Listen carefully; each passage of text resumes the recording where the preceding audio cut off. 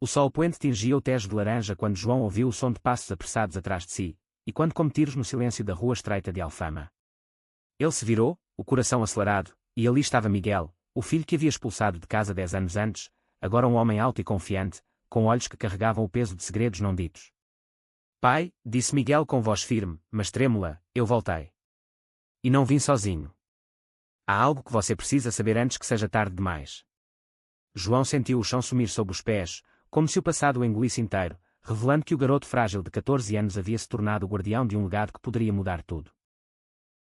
Miguel parou a poucos metros, o ar entre eles carregado de anos de silêncios e feridas abertas. Lisboa, com suas colinas íngremes e ecos de fado, parecia prender a respiração, como se soubesse que aquele reencontro não era mero acaso, mas o clímax de uma tempestade emocional que fervia há uma década. João, agora com 58 anos, ainda o homem rígido moldado pela tradição católica de uma família lisboeta de pescadores, sentiu as mãos tremerem ao apertar a velha aliança no dedo. Ele se lembrava vividamente daquela noite fatídica, o quarto apertado no bairro alto, o cheiro de bacalhau frito pairando no ar, e o choro abafado de Miguel ao confessar seu amor por um colega de escola. Você não é meu filho? Havia gritado João, impulsionado pelo pavor da vergonha social, das línguas afiadas dos vizinhos e da igreja que ditava as regras de uma vida decente. Naquela época, Portugal ainda lutava para aprovar o casamento igualitário, e para um homem como João, criado na ditadura de Salazar, o mundo gay era um abismo de pecado e fraqueza. Mas o tempo havia escavado ravinas na alma de João. Viúvo há 5 anos, após a morte lenta de Maria por um câncer que devorou sua luz, ele vivia sozinho em um apartamento modesto no Chiado, cercado por livros empoeirados de Camões e fotos amareladas da família que outrora era. As noites eram longas, preenchidas pelo arrependimento que se infiltrava como o nevoeiro do rio. Ele havia tentado contatar Miguel uma vez, por carta, mas a resposta nunca veio. Agora, ali estava ele, de volta, com uma postura que misturava orgulho e vulnerabilidade. Entre, murmurou João, abrindo a porta do café próximo, um refúgio de azulejos azuis e cheiro de pastéis de nata. Eles se sentaram à mesa de ferro forjado, o burburinho da multidão como um véu protetor para a conversa que viria. Miguel começou devagar, as palavras saindo como fios de uma teia tecida com paciência. Eu fugi para o Porto, pai. Morei nas ruas por meses, dormindo em abrigos para jovens LGBTQ+, comendo o que os voluntários da ILGA Portugal ofereciam. Seus olhos, castanhos como os de Maria, brilhavam com uma intensidade nova. Ele contara como encontrou refúgio em uma comunidade underground de artistas queer, onde aprendeu a pintar telas que capturavam a dor da rejeição em tons vibrantes de azul e vermelho. Ali, conheceu Rafael, um ativista de 20 anos com dreadlocks e um riso que iluminava as noites chuvosas do Douro. Ele me salvou, pai. Não só do frio, mas da escuridão dentro de mim. João engoliu em seco, imaginando o filho, seu menino, lutando sozinho contra o mundo que ele mesmo havia tornado hostil. A conversa fluiu como o Tejo em maré alta, revelando camadas de uma vida que João nunca imaginara. Miguel havia-se mudado para Lisboa 2 anos antes, trabalhando como curador em uma galeria de arte contemporânea no Cais do Sodré, especializada em obras de artistas trans e não binários. Ele mencionou casualmente os protestos contra a discriminação que organizara, as marchas do orgulho onde milhares de vozes ecoavam "Amor é amor" pelas ruas de Belém. Mas havia algo mais, um segredo que pairava como uma sombra sutil. Eu não vim só por nós, pai. Há algo sobre a família. Sobre você e a mãe. João franziu a testa, o coração martelando. Maria sempre fora o elo suave entre eles, a mulher que sussurrava "Deus ama todos os seus filhos" nas noites de oração. Mas e se houvesse mais? Enquanto o sol se punha, eles caminharam pelas ruelas de Alfama, o fado distante como trilha sonora de suas confissões. Miguel falou de sua jornada, o primeiro emprego como garçom em um bar gay no bairro alto, onde aprendeu a navegar olhares de julgamento e toques de aceitação. Ele descreveu o pavor inicial de namorar abertamente, o medo de ser visto como o outro em uma sociedade que, apesar das leis progressistas desde 2010, ainda sussurrava preconceitos nos cantos das tascas. Eu amei Rafael por 3 anos, pai. Ele me ensinou que o amor não é fraqueza, mas força. Mas perdemos um ao outro em uma briga tola sobre o futuro, ele queria filhos, eu ainda curava feridas. As palavras de Miguel cortavam como navalhas, forçando João a confrontar sua própria culpa. Ele admitiu, pela primeira vez, as noites em que chorara após a expulsão, questionando se sua fé era realmente amor ou apenas medo disfarçado. A noite caiu sobre Lisboa como um manto de estrelas, e eles pararam na sé de Lisboa, a catedral gótica que testemunhara séculos de segredos. Ali, sob os arcos de pedra, Miguel finalmente deixou escapar o gancho que o trouxera de volta. Pai, antes de morrer, a mãe me escreveu uma carta. Ela sabia de mim antes mesmo de eu contar. E ela revelou algo sobre você, algo que muda tudo. João congelou, o vento do Tejo carregando o eco de sinos distantes. A carta, guardada por anos em uma caixa de joias, falava de um amor proibido na juventude de João, um companheiro de pescaria, António, com quem ele compartilhara noites no mar, toques que iam além da amizade, sentimentos sufocados pela pressão da família e da época. Maria, em sua sabedoria silenciosa, havia perdoado e amado João por inteiro, mas o segredo corroera como sal na ferida. O impacto foi como um terremoto nas fundações de João. Ele, o patriarca rígido, o homem que rejeitara o filho por ser diferente, carregava o mesmo fardo em segredo. Lágrimas escorreram por seu rosto enrugado, misturando-se ao orvalho da noite. Porque ela não me disse, sussurrou ele, a voz quebrada. Miguel estendeu a mão, hesitante, e pela primeira vez em anos, pai e filho se tocaram, um aperto que selava não só perdão, mas compreensão mútua. Porque ela queria que você descobrisse sozinho, através de mim. Eu sou o espelho dela para você, pai. O segredo poderoso não é só o dela, é nosso. Somos mais parecidos do que pensamos. Mas o reencontro não era o fim, era o início de uma trama tecida com fios de conflito e revelação. Nos dias seguintes, João convidou Miguel para jantar no apartamento, um gesto tímido de reconciliação. A cozinha cheirava a caldo verde e pão fresco, evocações da infância que Miguel mal se lembrava. Enquanto comiam, conversas fluíam sobre tudo, a política que era em Portugal, as vitórias da despenalização da homossexualidade em 1982, e as batalhas ainda por vir contra a transfobia nas escolas. Miguel apresentou Rafael novamente, agora como amigo, em uma visita surpresa à galeria. Rafael, com sua energia vibrante, abraçou João sem hesitação, dizendo: o passado não define o amor, as escolhas de hoje sim. João, corando como um adolescente, sentiu um calor estranho, não de desejo, mas de aceitação, um alívio que o segredo de Maria havia desenterrado. Contudo, a tensão crescia como nuvens sobre o Atlântico. A família estendida, tias e primos de Cascais, soube do retorno de Miguel através de fofocas no mercado. Uma tia devota, tia Rosa, confrontou João em uma missa na Basílica da Estrela: você vai manchar o nome da família. Ele é, você sabe. As palavras ecoavam o preconceito que João outrora abraçara, mas agora o feriam como espinhos. Ele defendeu Miguel pela primeira vez, a voz firme: ele é meu filho. E eu o amo como é. O conflito se espalhou, com primos boicotando reuniões familiares, e Miguel, ferido novamente, questionou se valia a pena lutar por laços envenenados. Em meio ao caos, uma reviravolta surgiu. A galeria de Miguel anunciava uma exposição sobre heranças ocultas, inspirada na Carta de Maria. João, impulsionado por um impulso novo, ofereceu-se para contribuir com uma peça, uma pintura que ele mesmo criara em segredo, durante as noites de insomnia, retratando o mar com António, tons de azul profundo simbolizando amores não vividos. A revelação pública, durante a vernissagem no Lisboa Factory, foi um clímax de emoções, flashes de câmaras, aplausos de uma multidão diversa, e o choro de tia Rosa ao ler a dedicatória de João: para Miguel, meu reflexo. Amor vence o medo. Rafael, ao lado de Miguel, sussurrou: ele voltou para casa de verdade agora. A jornada não terminava ali.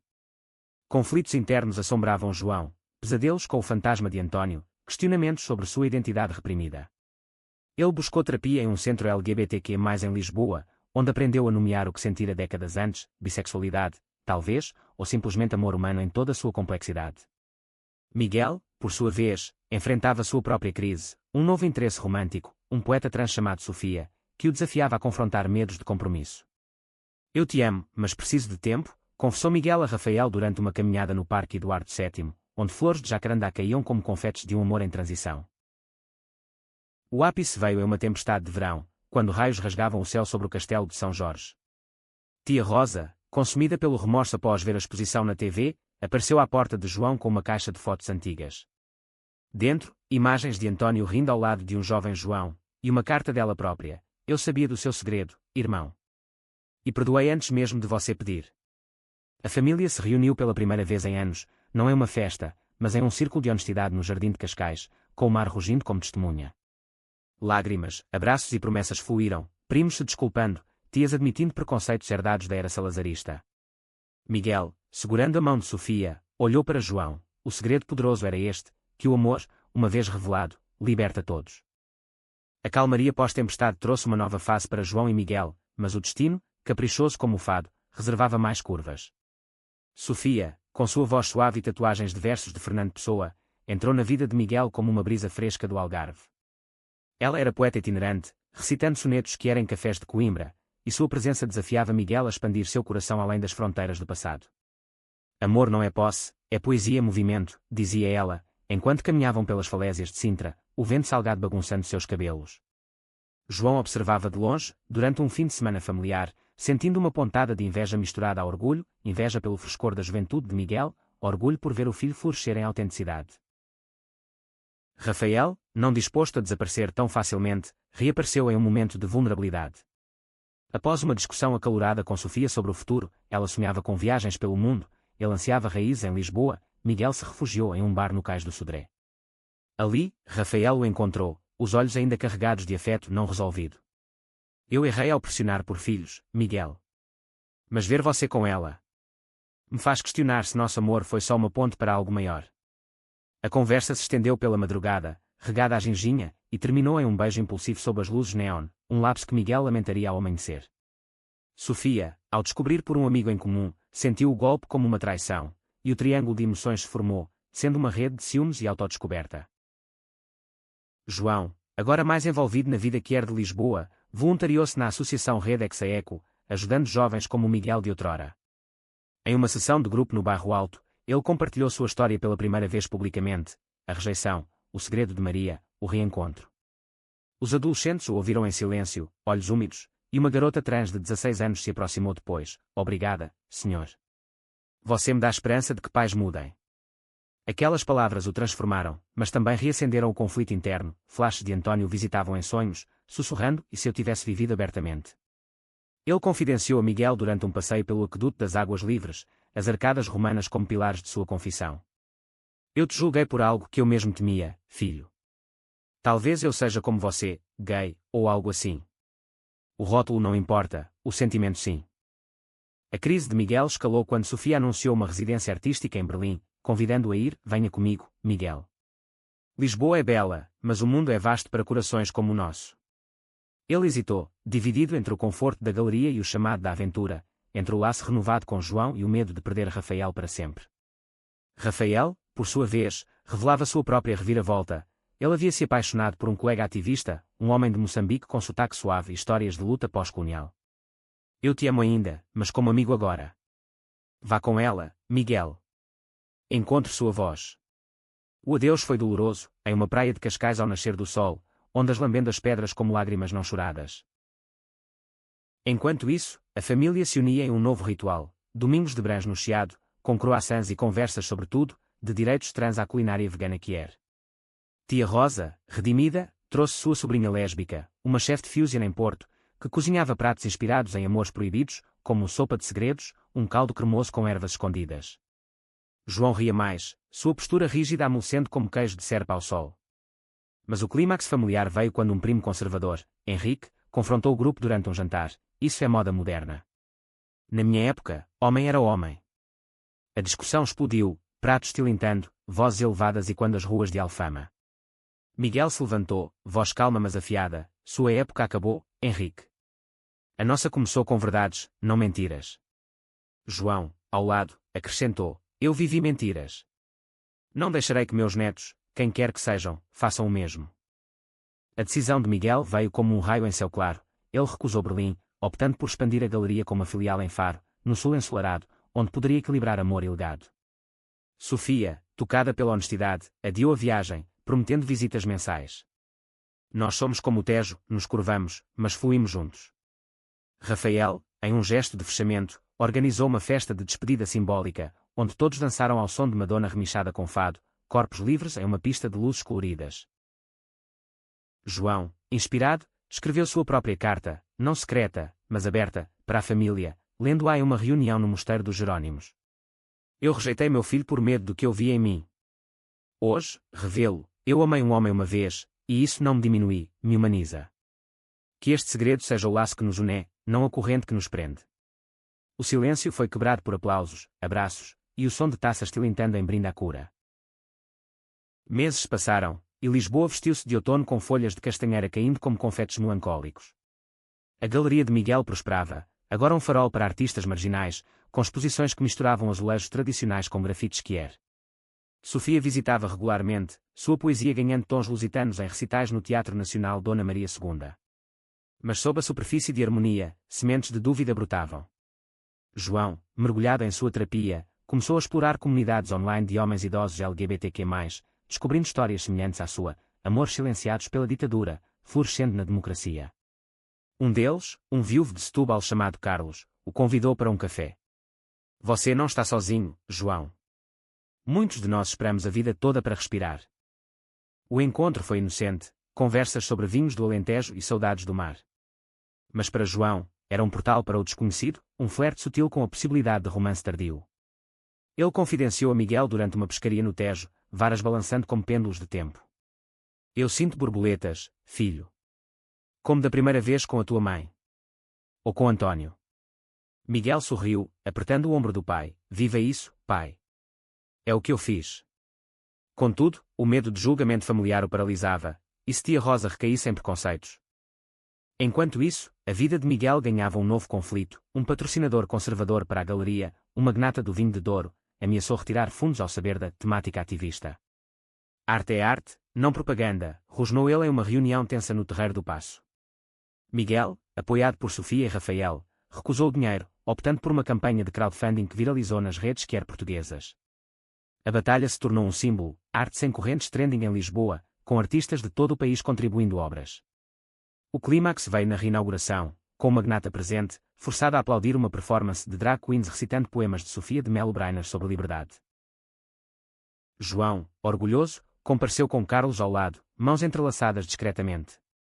A visão de seu pai, o homem outrora inflexível, de braços abertos com um parceiro novo chocou Miguel momentaneamente, mas logo o encheu de alegria. Você é a minha inspiração, pai, disse ele depois, em um abraço sob as luzes da ponte 25 de Abril.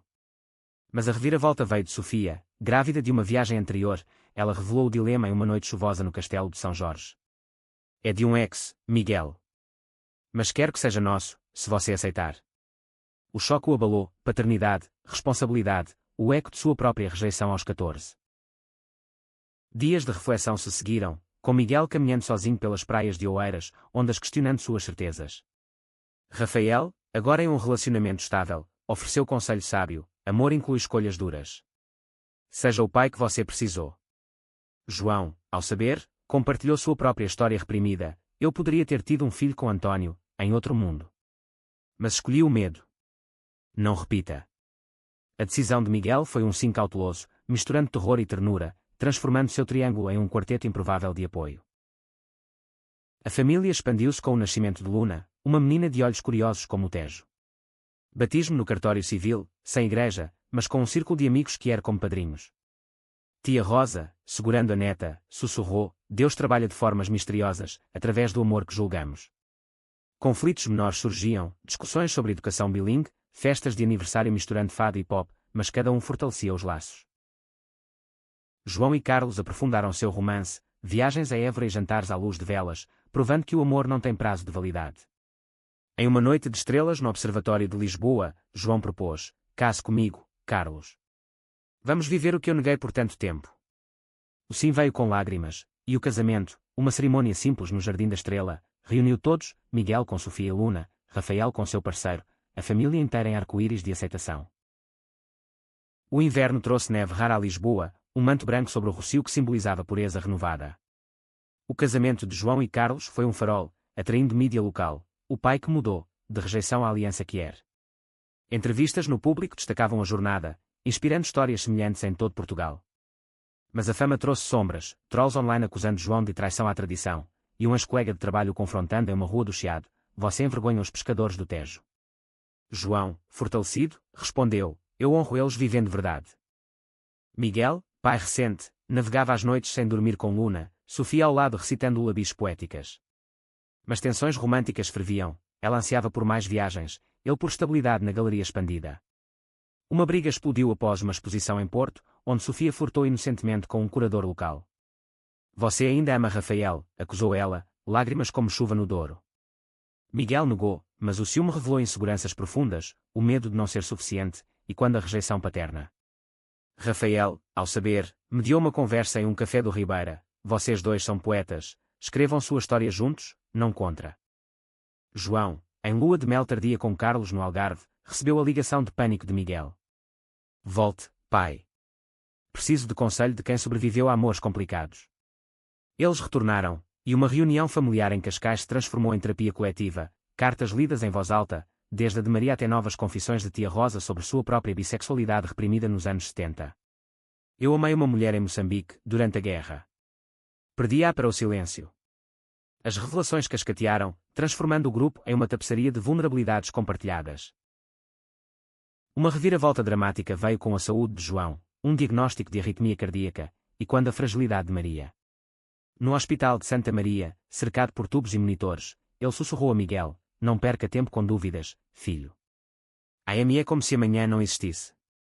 O susto uniu todos, Sofia cancelando turnês, Rafael organizando vigílias de arte no quarto, Luna babando em sua mãozinha.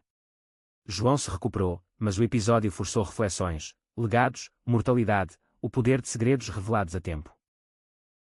A Galeria, agora um hub nacional, hospedou um festival de segredos revelados, com painéis sobre identidades que era na história portuguesa, de rainhas lésbicas medievais a ativistas da Revolução dos Cravos. Miguel curou uma seção dedicada a João, com sua pintura do mar e António como peça central. O evento culminou em um flash mob no Terreiro do Paço, centenas dançando ao som de A Portuguesa, remichada com hinos Pride, um grito de unidade contra o preconceito persistente. Sofia e Miguel renovaram votos informais em uma praia de Comporta, Luna como testemunha, prometendo equilíbrio entre arte e lar. Carlos, agora parte integral, ensinou João a cozinhar pratos moçambicanos, misturando sabores coloniais com toques quier, matata de corações abertos. A família cresceu com a adoção de um cachorro resgatado, apelidado de Fado, símbolo de melancolia transformada em alegria. Conflitos residuais testavam a resiliência. Um vizinho homofóbico em Alfama jogou pedras na janela de João após ler a notícia, forçando uma marcha comunitária onde Miguel liderou cânticos de solidariedade. Tia Rosa, em ato de coragem, saiu do armário publicamente em uma carta ao jornal, inspirando uma onda de confissões idosas. A primavera explodiu em Lisboa com amores florescendo como buganvílias nas varandas. Luna dava os primeiros passos no jardim do Palácio da Ajuda, rindo enquanto João e Carlos a guiavam, mãos calejadas de pescador e vinicultor entrelaçadas. Miguel e Sofia publicaram um livro infantil que é O Rio que Ama Todos, ilustrado por artistas da Galeria, vendendo milhares e sendo adotado em escolas progressistas. Mas o sucesso atraiu inveja. Um rival curador em Coimbra acusou plágio em uma exposição similar, desencadeando um escândalo midiático que ameaçava a reputação de Miguel. A batalha legal se desenrolou nos tribunais de Lisboa, com depoimentos emocionais, Rafael testemunhando a originalidade das obras, tia Rosa chorando sobre heranças familiares de criatividade sufocada. João, do banco das testemunhas, declarou: meu filho construiu isso do nada, após eu o destruir. Acusá-lo é acusar a redenção. O juiz, sensibilizado, arquivou o caso, mas o dano emocional perdurou, forçando Miguel a questionar seu valor. Sofia o ancorou em noites de poesia sussurrada: você é o Tejo, profundo, resiliente, eterno. Uma reviravolta pessoal veio para João. Descobrindo cartas antigas de António em uma caixa no sótão, ele viajou a Figueira da Foz, onde o velho amigo ainda vivia, agora avô assumido gay. O reencontro no cais, ondas batendo como aplausos, foi catártico, abraços, perdões, histórias de vidas paralelas. Eu casei, tive filhos, mas sempre te amei, confessou António. João retornou transformado, propondo a Carlos uma viagem anual de segredos partilhados. A família planejou uma grande reunião no Douro, vinhedos como pano de fundo para um piquenique quier. Mas o destino interveio, uma enchente repentina isolou o grupo em uma quinta, forçando confidências à luz de lanternas. Ali, Henrique, o primo conservador, admitiu sua própria luta, casado, mas atraído por homens, vivendo em negação. Eu o julguei para não me julgar. O grupo o abraçou, transformando o ódio em compaixão, com Miguel guiando: revelar é o primeiro passo para a liberdade. Luna, agora tagarela, perguntava sobre tios especiais, e as respostas teciam narrativas de amor diversificado. A Galeria lançou uma linha de joias inspiradas em azulejos, cada peça contando uma história de superação, financiando bolsas para jovens artistas trans. Conflitos românticos ressurgiam sutilmente. Carlos e João discutiam sobre a adoção tardia, medos de paternidade aos 60. Sofia sonhava com um segundo filho, mas Miguel hesitava, assombrado por sua infância fragmentada. Rafael, visitando com seu parceiro, compartilhava lições de terapia de casal: amor é diálogo, não monólogo. O ápice do ano foi o Pride de Lisboa, uma marcha épica do Marquês de Pombal ao Tejo, com a família na vanguarda, faixas proclamando segredos revelados, corações livres. João carregava Luna nos ombros, gritando slogans: enquanto tia Rosa dançava com sua parceira secreta há anos. A noite terminou em fogos sobre a ponte, símbolos de explosões emocionais resolvidas. O verão coroou a jornada com um ciclo completo. Miguel, agora confiante, propôs a Sofia em um barco no Tejo ao pôr do sol, anel de azulejo como promessa.